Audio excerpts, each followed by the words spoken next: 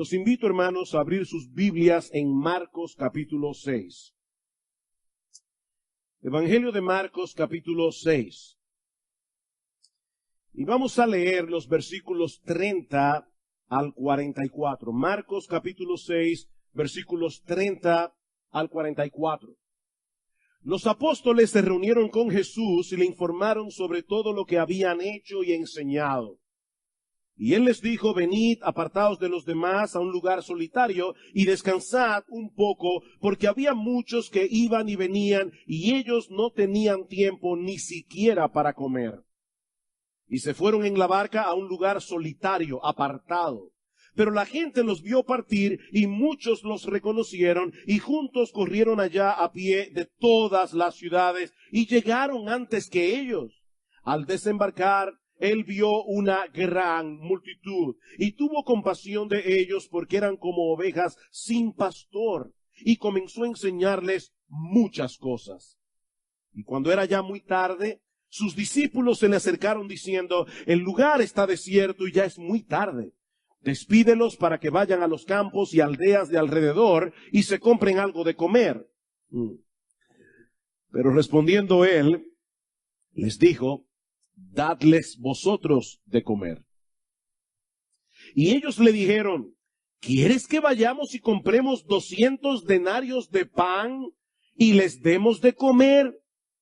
Él les dijo: ¿cuántos panes tenéis? Id y ved. Y cuando se cercioraron, le dijeron: 5 y 2 peces.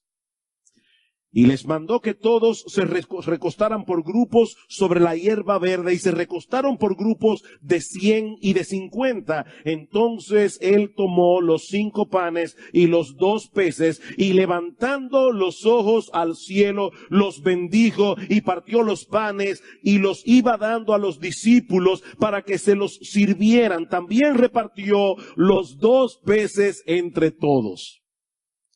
Y todos comieron y se saciaron. Y recogieron 12 cestas llenas de pedazos y también de los peces. Los que comieron los panes eran 5,000 hombres. De todos los milagros que hizo el Señor Jesucristo durante su ministerio terrenal, este es el único, aparte de su resurrección, que fue incluido en los 4 evangelios. Mateo, Marcos, Lucas, Juan entendieron que este milagro era tan importante que ellos debían darlo a conocer a sus lectores, aunque cada uno de los evangelistas presenta la historia desde una perspectiva diferente. Es la misma historia, pero el énfasis de la narración es distinto en cada caso. Tanto Mateo como Lucas nos muestran el poder de Cristo en acción al alimentar una multitud tan numerosa con apenas 5 panes y 2 peces. En el Evangelio de Juan, que es el más teológico de los 4 evangelios, el milagro sirve de preámbulo a la revelación de Cristo como el pan de vida que ha descendido del cielo para dar vida eterna a todos los que creen en él. Pero Marcos añade algunos detalles que no se encuentran en ninguno de los otros 3. Detalles que nos permiten ver en la historia, en una forma más clara que los demás, el corazón amante, bondadoso, compasivo del Señor Jesucristo detrás del milagro. La historia comienza en el mismo punto donde Marcos la había dejado, en los versículos 12 y 13. Recuerdan, antes de la narración de la muerte de Juan el Bautista, nosotros vimos hace unas semanas atrás que el Señor Jesucristo comisionó a los apóstoles para que salieran por toda Galilea de 2 en 2, haciendo la misma obra que él había comenzado a hacer durante su ministerio terrenal. Y ahora que la gira ha concluido, dice en el versículo 30 que ellos se reunieron con el Señor a contarle todo lo que habían hecho, todo lo que habían enseñado. Nosotros no sabemos por cuánto tiempo los discípulos estuvieron recorriendo toda esa región. Estamos hablando, mis amados hermanos, de unas 205 ciudades y aldeas pequeñas. predicando el evangelio, sanando enfermedades, echando fuera demonios. Pero podemos suponer que estos hombres habían pasado por la experiencia más agotadora de su vida, por lo menos hasta ese momento. Semana tras semana habían estado lidiando con las miserias, con las dificultades de la gente, recibiendo en carne propia el impacto de la incredulidad de muchos y al mismo tiempo experimentando la alegría y el gozo de aquellos que aceptaban el evangelio de todo corazón. Esa es la variedad del ministerio. Un día está uno celebrando una boda, al otro día un funeral. El punto es, mis amados hermanos, que cuando estos hombres regresaron de su gira ministerial, estaban completamente exhaustos, agotados en un sentido físico, en un sentido emocional. Mis hermanos, el ministerio es muy agotador, porque no importa cuánto hagas, nunca es suficiente. Siempre habrá inconversos que evangelizar, nuevos creyentes que discipular, personas con problemas que necesitan ayuda. Por eso el mismo Señor Jesucristo dijo en una ocasión que la mies es mucha y los obreros son pocos. Eso siempre ha sido así. Eso no es un problema de esta época. Mis hermanos, las necesidades siempre serán más abundantes que las personas que puedan suplirlas. Esa es una realidad con la que nosotros tenemos que aprender a vivir. O de lo contrario, terminaremos muy frustrados. Así que el Señor reconoce el agotamiento de los discípulos y decide llevárselos en una barca a un lugar solitario, lejos de la presión de la gente. Dice en el versículo 31, y Él les dijo, venid, apartaos de los demás a un lugar solitario y descansad un poco. Y Marcos añade un detalle que no aparece en los otros evangelios, porque había muchos que iban y venían y ellos no tenían tiempo ni siquiera para comer. Y se fueron en la barca a un lugar solitario y apartado. Por el pasaje paralelo en el Evangelio de Lucas, nosotros sabemos que ese lugar fue la ciudad de Betsaida, que por cierto, es la ciudad donde nacieron Pedro, Andrés, Natanael y Felipe. Ellos eran conocidos en la ciudad. Se van a descansar, pero en la soberanía de Dios, la historia da un giro completamente inesperado, por lo menos inesperado, ¿verdad?, para nosotros y para los apóstoles, no para el Señor. Dice en el versículo 33 que la gente los vio partir. Y comenzaron a moverse hacia ellos desde todas las ciudades alrededor. Y eso nos lleva a la primera escena de este relato. Dice en el versículo 34 que al desembarcar al otro lado, se toparon con una gran multitud. De hecho, Marcos dice más adelante en el versículo 44 que el número de hombres que estaban congregados allí eran 5,000, y todos los evangelistas señalan ese mismo número, pero Mateo añade el detalle de que en ese cálculo no se tomaron en cuenta las mujeres ni los niños. Ahora, suponiendo que el número de mujeres y de niños igualara en cantidad al número de hombres, mis hermanos, aquí estamos hablando de una multitud de unas 15,000 personas. Pero debemos suponer que muchos de estos hombres tenían esposas, tenían hermanas, tenían madres. Debemos suponer que el número de niños probablemente era mayor porque las familias en esa época por lo general eran más numerosas que ahora. O sea, la producción hijícola solía ser más abundante.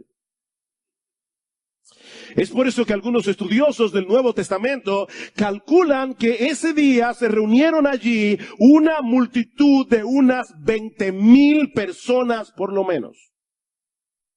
O sea, si ustedes quieren tener una idea aproximada de lo que eso significa, cuando nosotros bajemos a la cancha ahorita, después del servicio, mira el grupo que nos reunamos allí a comer y multiplícalo por 20. Mis hermanos, allí había mucha gente y con mucha necesidad. Y aunque el texto no lo dice, nosotros podemos suponer que eso debe haber sido muy frustrante para los apóstoles. Estos hombres estaban cansados, muy cansados. No era justo que ahora tuvieran que dedicarse a atender otra vez a la gente, a tanta gente. Pero mis hermanos, la agenda ministerial de Dios, la mayoría de las veces no coincide con la nuestra. Dios tiene una agenda ministerial, nosotros tenemos otra y tenemos que adaptarnos a la de Él.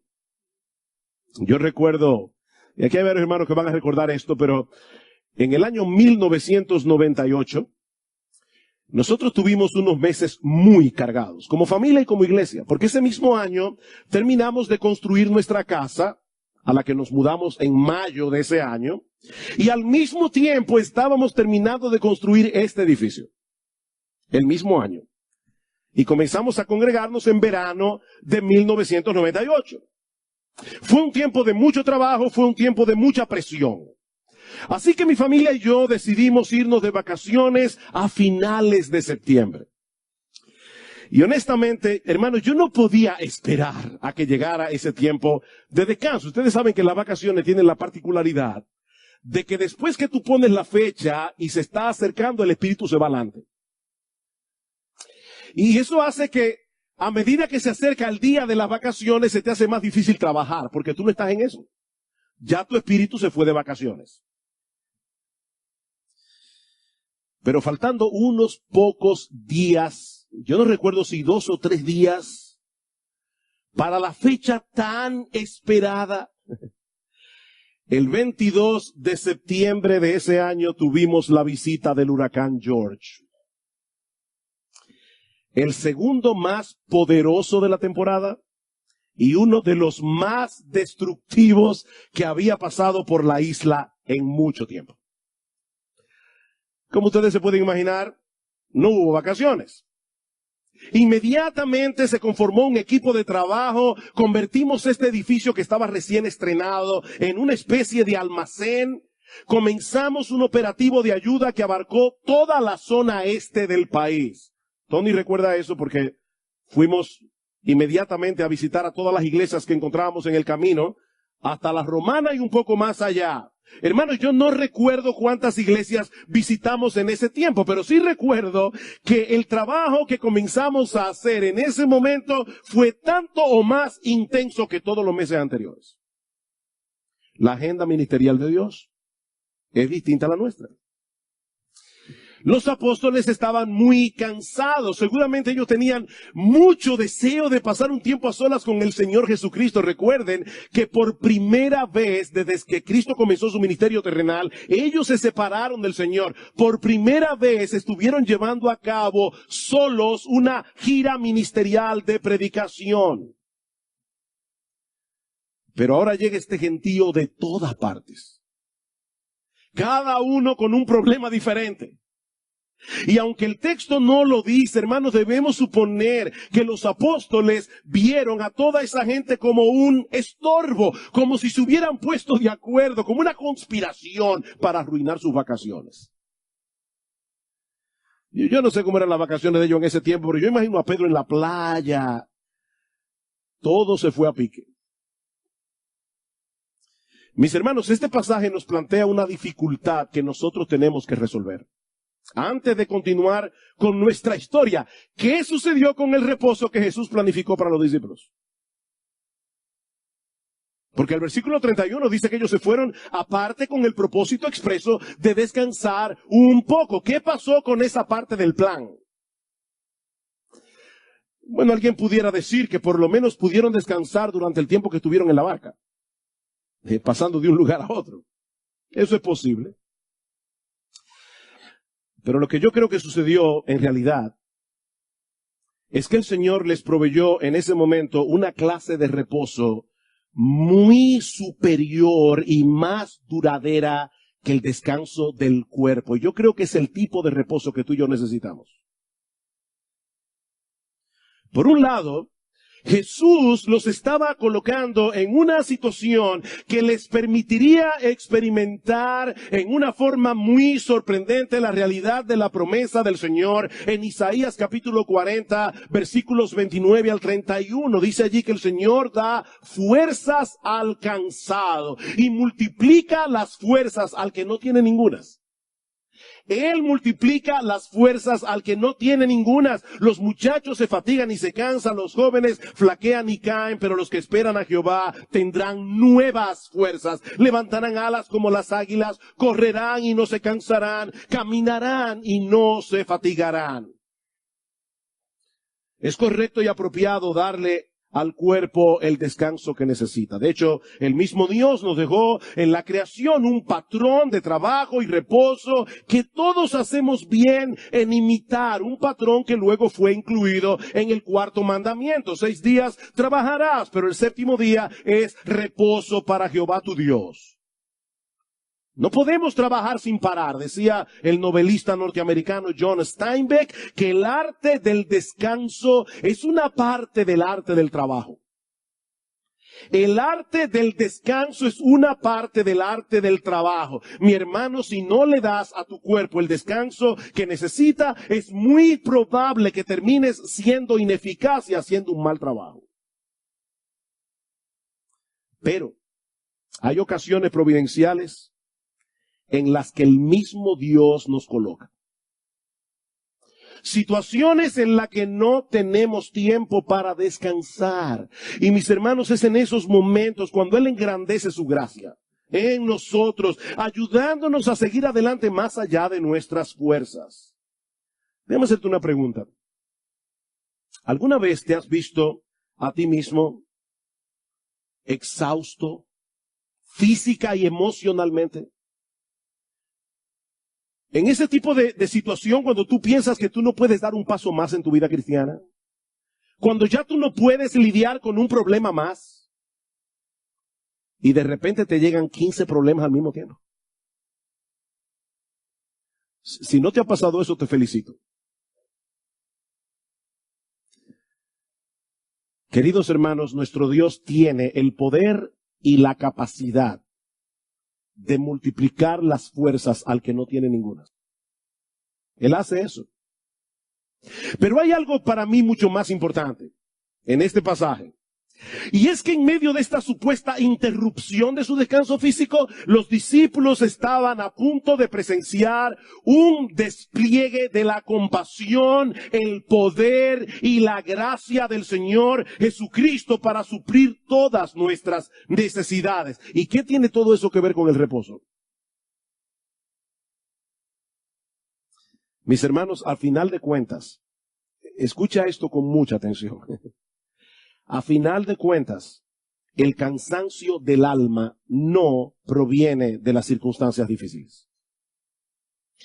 El cansancio proviene del hecho de que nosotros tendemos a perder de vista la gracia, la bondad, la compasión, el poder, la sabiduría, la misericordia de nuestro gran Dios y Salvador Jesucristo cuando estamos en medio del problema. Eso es lo que cansa el alma. Cuando toda esa gente comenzó a llegar de todas partes, Cristo no las vio como un estorbo, Cristo no las vio como una molestia. De hecho, me encanta como lo dice el Evangelio de Lucas. Dice en Lucas capítulo 9, versículo 11, que Jesús cuando los vio, salió y les dio la bienvenida a todos, dice el texto literalmente. El Señor los recibió con los brazos abiertos. Y dice Marcos que tuvo compasión de ellos porque los vio como ovejas que no tenían pastor. Jesús estaba viendo más allá de lo que esta gente mostraba en el exterior. Jesús vio sus almas cansadas. Jesús vio sus problemas. Jesús vio sus conciencias culpables. Jesús vio su miseria. Jesús vio sus desgracias.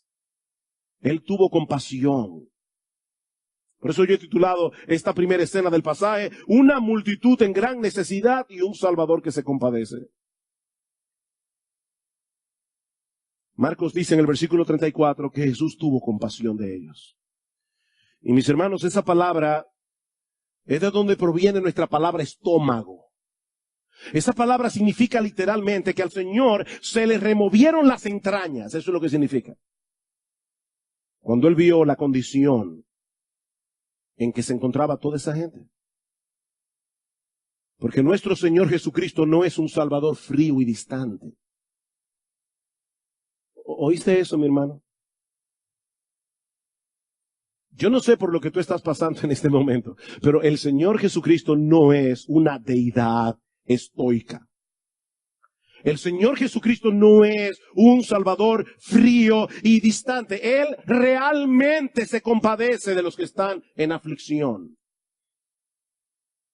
Él no puede reaccionar con indiferencia al ver a tantas personas con tanta necesidad. Eran como ovejas que no tenían pastor. ¿Y por qué Marcos usa esa expresión allí? Y de hecho, Marcos es el único de los evangelistas que presenta las cosas de esa manera. Las ovejas son animales muy dependientes. Dios las hizo así. Sin el cuidado del pastor se extravían con facilidad. Sin el cuidado del pastor ellas no pueden encontrar alimento. Quedan a merced de los lobos. Las ovejas no pueden cuidarse a sí mismas. Las ovejas no pueden proveerse alimento a sí mismas. Son animales tontos. Son animales de muy poca visión. Es terrible para las ovejas no contar con el cuidado de un buen pastor. Y esa era la condición en que se encontraba toda esta gente. Los líderes religiosos de Israel no estaban haciendo su labor. Ellos no estaban haciendo lo que debían hacer. En vez de alimentar al pueblo con la palabra de Dios y con el evangelio de la gracia, lo único que los fariseos y los escribas sabían proveerles al pueblo era un legalismo asfixiante que no podía sanar sus conciencias culpables. Ellos no sabían pastorear almas, ellos solo sabían dar reglas. Ellos solo sabían imponer yugos. Esta gente necesitaba la palabra de Dios, estaba hambrienta de la palabra de Dios, aunque muchos de ellos no lo sabían. Y eso fue precisamente lo que Jesús les proveyó ese día y en abundancia. Vean una vez más el versículo 34. Al desembarcar él vio una gran multitud y tuvo compasión de ellos porque eran como ovejas sin pastor y comenzó a enseñarles muchas cosas. Jesús sanó a muchos ese día. Lo sabemos por los otros evangelios. Pero lo que Marcos resalta es que comenzó a enseñarles muchas cosas. Y este es un detalle extremadamente importante. Mis hermanos, la forma como Cristo le mostró a toda esta gente su corazón compasivo fue enseñándoles la palabra de Dios. Piensen en esto, mis hermanos. Esta gente tenía toda clase de problemas, pero su mayor necesidad era lo que no se veía a simple vista. No eran sus enfermedades, no era su carencia económica, no era la falta de amigos. Esta gente necesitaba el alimento de la palabra de Dios. Y yo no quisiera que nadie pensara aquí que yo me estoy aprovechando de este pasaje, por lo que voy a decir ahora. Pero aquí dice lo que dice. Mis hermanos, una de las maneras principales en que vuestros pastores les muestran amor y cuidado es enseñándoles la palabra con integridad. Es pasando horas y horas cada semana estudiando la palabra, escudriñando la palabra, orando al Señor que les dé sabiduría para luego venir aquí cada domingo a este púlpito y predicarles la palabra de Dios. Mis hermanos, si hay algo que ustedes necesitan de nosotros, es que nos mantengamos haciendo fielmente lo que el Señor nos ha llamado a hacer. Y el llamamiento primario de nuestro Señor es que les enseñemos la palabra de Dios. Me encanta como lo dice Jesús en Mateo 24:45. ¿Quién es pues el siervo fiel y prudente, al cual puso su Señor sobre su casa para que les dé el alimento a tiempo? Y luego el Señor añade, bienaventurado aquel siervo, al cual cuando venga su Señor, le halle haciendo así. Nuestra tarea primordial como pastores es alimentar al rebaño de Dios con la palabra de Dios. Hay muchas otras cosas que nosotros debemos hacer, pero nunca descuidando el ministerio de enseñanza, porque esa es nuestra labor principal. Cristo derramó su compasión sobre toda esta gente, enseñándoles muchas cosas. Y parece que estos judíos no estaban atentos al reloj. Ellos no estaban pensando, el Señor como que está tardando mucho. Porque dice el texto que el tiempo de enseñanza se extendió hasta casi la caída del sol. Dice que se hizo muy tarde. Y eso nos lleva a la segunda escena de este pasaje que yo he titulado Una multitud hambrienta y un Salvador todo suficiente que provee para todas nuestras necesidades. Una multitud hambrienta, un Salvador todo suficiente. Versículo 35. Y cuando ya era muy tarde, sus discípulos se le acercaron diciendo, el lugar está desierto y ya es muy tarde. Despídelos para que vayan a los campos y aldeas de alrededor y se compren algo de comer. Tal vez los discípulos estaban realmente preocupados por toda esta gente, o tal vez ellos vieron una oportunidad para que los dejaran tranquilos. No lo sabemos. Lo que sí sabemos es que el Señor iba a aprovechar esta dificultad para darles otra lección. Estaba a punto de caer la noche, estaban en medio de la nada, la gente estaba hambrienta. Así que los apóstoles recomiendan despedir a la multitud cuando todavía tenían la oportunidad de encontrar algún lugar donde comer en alguna aldea cercana. Y para ser justos con los apóstoles, la idea era bastante buena. La idea era prudente, excepto por una cosa. Ellos estaban perdiendo de vista que el Señor Jesucristo estaba allí. Mis hermanos, déjenme hacerles una pregunta. ¿Cuál fue el primer milagro que hizo Jesús al inicio de su ministerio? Convertir agua en vino en las bodas de Caná.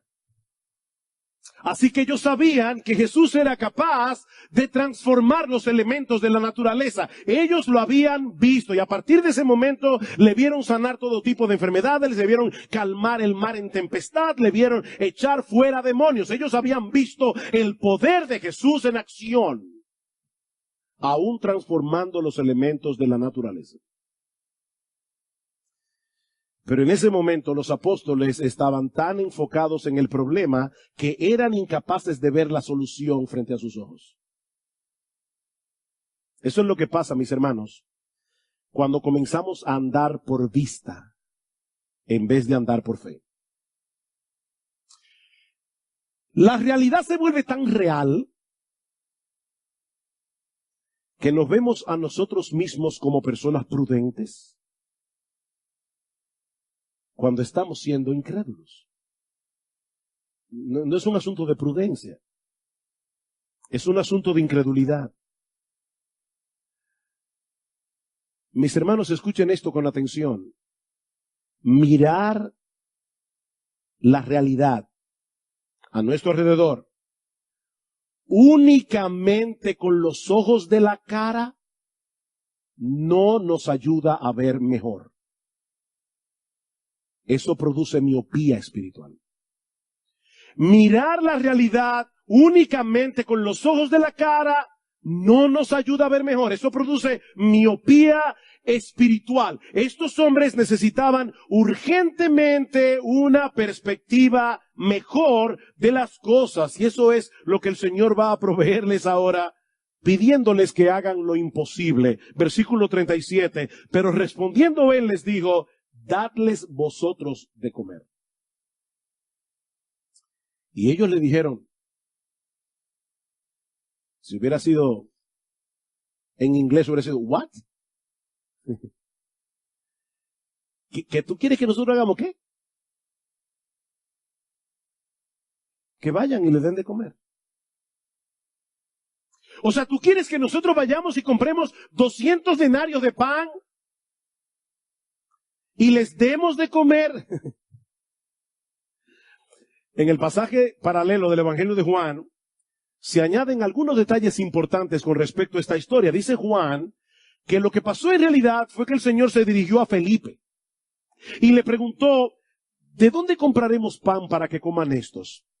Y Juan añade, pero esto decía para probarle, porque él sabía lo que iba a hacer.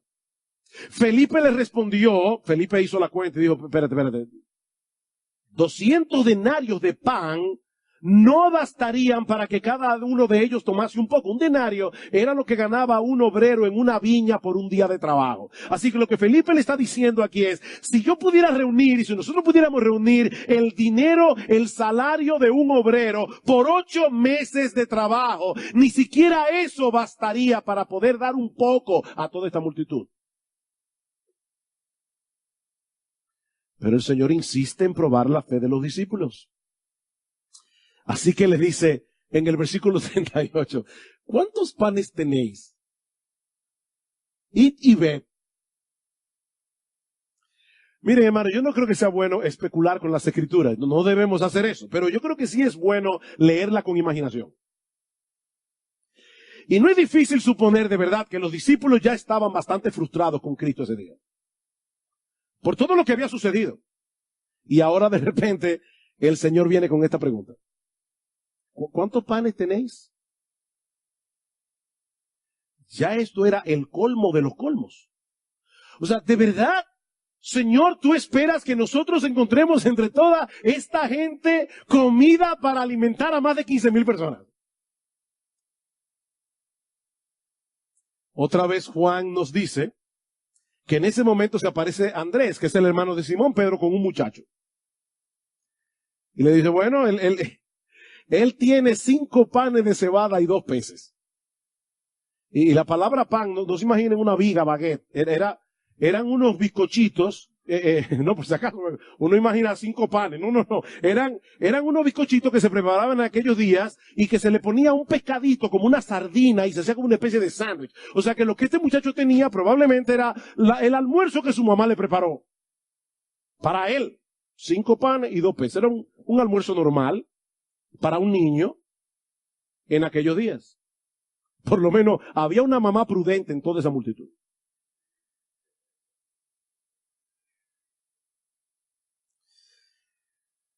Y el Señor le dice, ok, ese es un buen comienzo. Dividan a la gente en grupo. Ahora, hermanos, hasta este punto de la historia, de verdad parece que los discípulos tenían razón. O sea, lo que Jesús les está pidiendo es completamente irracional. Yo creo que estamos de acuerdo con eso, ¿verdad? Humanamente hablando, lo que el Señor le está pidiendo es completamente irracional. O sea, dice, ¿cuántos panes hay? 5 panes y 2 peces. ¡Ay, qué bien! Comiencen a dividir a la gente para que lo hagamos en orden. No se aglomeren. Pero ellos por primera vez actúan como debían actuar. Dice en los versículos 39 y 40 que ellos decidieron hacer lo que el Señor les dijo. Y comenzaron a dividir a la gente en grupos de 50 y grupos de 100. Ellos no preguntaron para qué, sino que se limitaron a hacer lo que el Señor le mandó que hicieran. Y entonces ocurre algo totalmente inesperado. Versículo 41. Yo siempre me he preguntado, ¿cómo fue que Jesús hizo eso? Claro, obviamente con su poder, pero yo me refiero a cómo fue que pasó. Dice, porque los evangelistas no nos dicen, dice simplemente, entonces él tomó los 5 panes y los 2 peces y levantando los ojos al cielo, los bendijo. El texto dice simplemente bendijo, Juan dice dio gracias. Y partió los panes y los iba dando a los discípulos para que se los sirvieran. También repartió los 2 peces entre todos y todos comieron y se saciaron.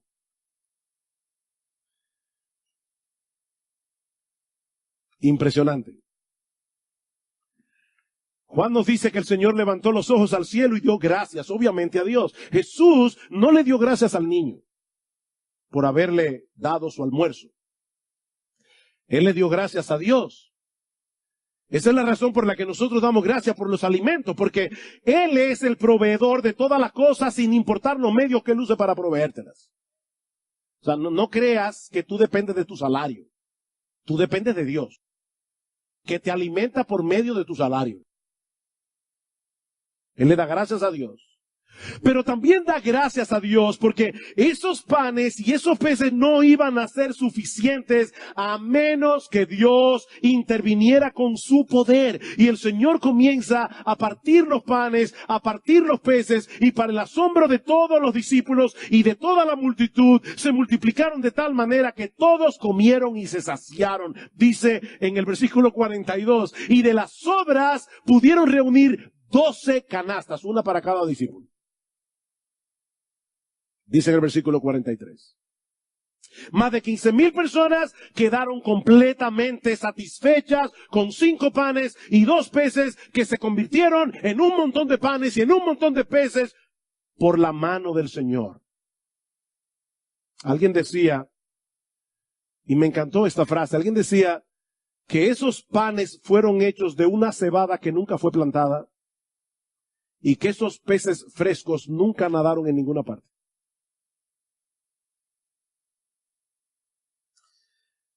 ¿Saben qué fue lo que sucedió aquí? Esto fue una especie de regreso al paraíso. ¿Por qué? Porque por primera vez después de la caída de Adán y Eva, un grupo de personas tuvo la oportunidad de comer una comida que no había sufrido los efectos, el impacto de la maldición por causa del pecado. El mundo fue maldito por causa del pecado. Todos los alimentos que tú te comes, por bueno que sean, los del paraíso eran mejores. Todos los alimentos que tú te comes han sufrido el impacto de la caída. Este mundo fue sometido a maldición. Este mundo fue sometido a vanidad. Tú puedes estar seguro, mi amado hermano, mi amada hermana, de que tú nunca en tu vida has comido un pan o un pescado que tuviera mejor sabor que el que toda esa gente comió aquel día. El Señor estaba replicando aquí el milagro de Moisés en el desierto. ¿Dónde fue que ocurrió este incidente? Dice en el versículo 32 que ellos se fueron en la barca a un lugar solitario y apartado.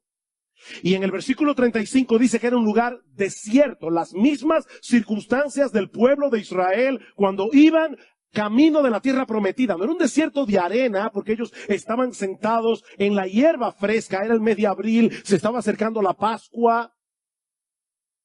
Pero era un lugar desolado, era un lugar sin personas. Es por eso que en el capítulo 6 del Evangelio de Juan, el Señor Jesucristo conecta ambos incidentes. Lo que ocurrió en el milagro del partimiento del pan y lo que ocurrió con Moisés en el Éxodo. De cierto os digo, no os dio Moisés el pan del cielo, mas mi Padre os da el verdadero pan del cielo. Porque el pan de Dios es aquel que descendió del cielo y da vida al mundo.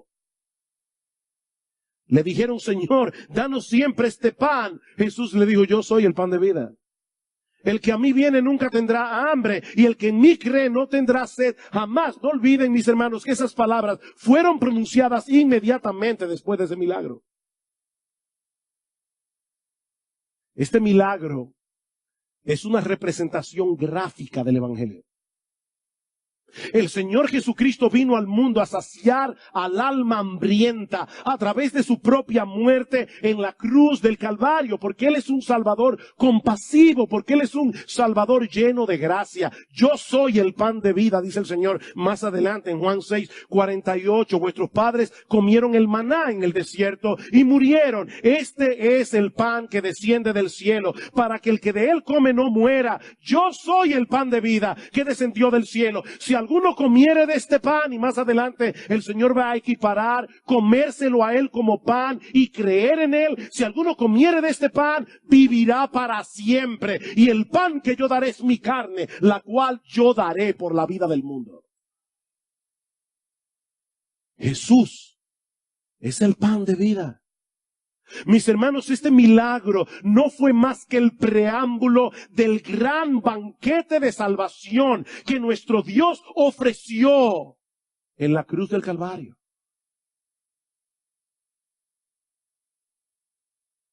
Hay varias lecciones que nosotros podemos derivar de esta historia. Y ahora entendemos por qué Los 4 evangelistas incluyeron ese milagro en sus evangelios. Este milagro era muy importante. Jesús se está presentando aquí como Jehová Jireh. Jesús se está presentando aquí como el creador del universo, como el todopoderoso, como aquel que puede proveer para nuestras necesidades.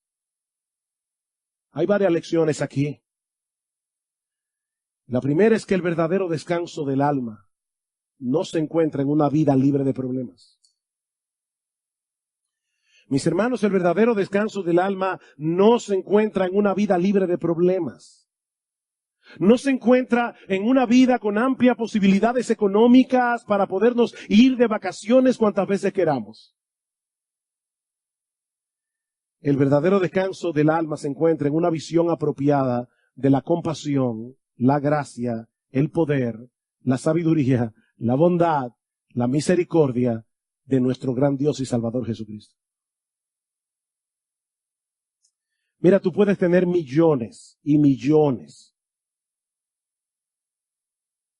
Si tú no estás viendo a Jesús de esa manera, tu alma no tendrá descanso. Tu alma no tendrá descanso. Venid a mí, todos los que estáis trabajados y cargados, yo los haré descansar. Es Jesús el que da descanso al alma. Queridos hermanos, no son las circunstancias las que producen cansancio y pesadez en nuestras almas. Es perder de vista al Salvador que se revela en el Evangelio. Dice Paul Tripp, esta es la ecuación del Evangelio. El poder divino más la compasión divina es igual a todo lo que tú necesitas. ¿Oíste la ecuación? El poder divino más la compasión divina es igual a todo lo que tú realmente necesitas. Mi Dios pues proveerá, mi Dios pues suplirá todo lo que os falta. Filipenses 4:18, conforme a sus riquezas en gloria en Cristo Jesús. Nuestro Dios no es tacaño, nuestro Dios es generoso. Él te va a proveer lo que tú realmente necesitas. Otra lección que aprendemos de este pasaje, muy importante, es que las necesidades de los demás no son interrupciones en el camino, sino momentos de gracia. Las necesidades de los demás no son interrupciones en el camino. A veces uno quiere hacer algo y de repente se topa con el problema de alguien más.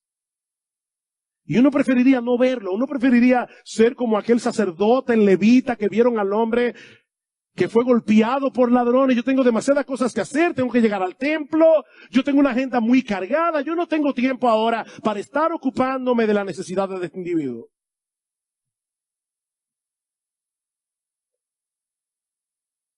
Mis hermanos, hay mucha gente necesitada a nuestro alrededor. Mucha gente.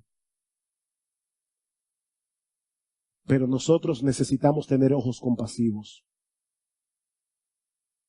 Estaba tratando de recordar la letra de un himno que a veces cantábamos aquí en la iglesia años atrás. Hazme ver al mundo, Señor, como si por tus ojos viera yo. Hazme ver pequeños mis problemas. Hazme ver al mundo en perdición, porque si tan solo una vez pudiera yo ver con tus ojos, yo te serviría más fielmente. Hazme ver, Señor, al mundo como tú lo ves.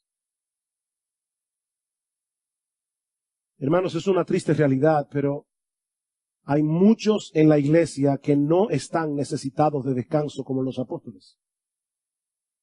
No necesitan descanso porque no están envueltos en la obra del Señor, poniendo sus dones en operación para beneficio del cuerpo de Cristo. Son meros espectadores de la iglesia.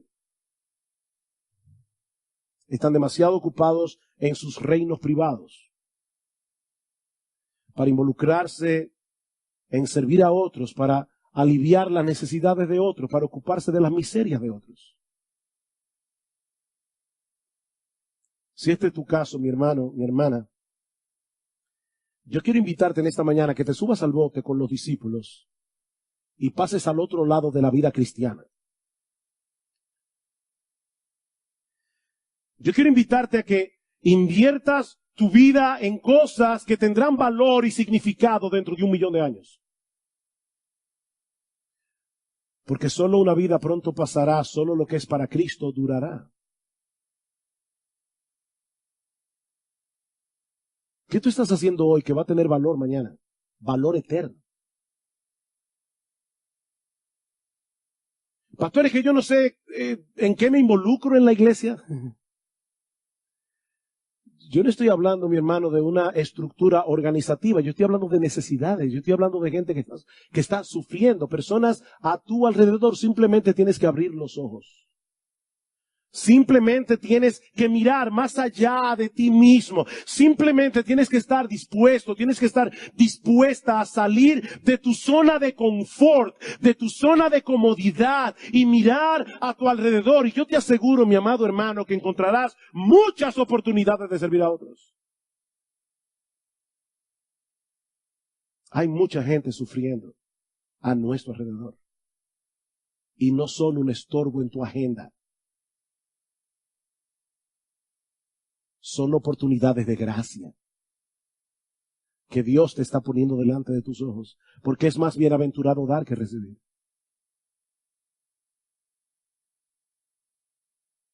Ay, pastor, es que yo me siento tan débil, yo me siento tan incapaz.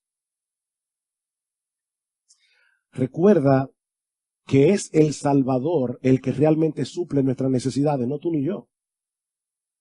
Es el Salvador. Pero Él ha prometido hacerlo a través de ti, a través de mí. Nosotros tenemos un tesoro en vasos de barro para que la excelencia del poder sea suya y no nuestra. Tenemos un tesoro en vasos de barro. Nosotros no somos el Mesías, nosotros no somos el Salvador, nosotros no podemos alimentar a una multitud con 5 panes y 2 peces, pero Jesús sí puede hacerlo.